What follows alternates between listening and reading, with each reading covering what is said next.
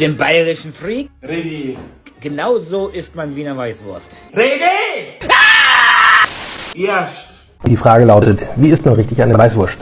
Dies. Nicht ist auf jeden Fall die Ofenweißwurst. Jetzt panierst das. So, alles paniert? Dankeschön, René. Wünsche dir wirklich schöne Grüße. Schön, dass du unsere bayerische Kultur immer so Lass mal die Weißwürste rein, weil die brauchen ein bisschen und die sollen nicht zu kross werden. Grüße an den bayerischen Freak. René, gehen wir nach Niederbayern. Ich lade dich ein auf ein Weißwurstfrühstück. Geil! Ich freue mich wirklich.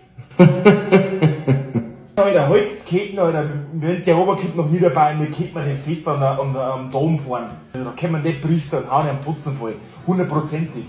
Holzketten, Alter, Holzketten.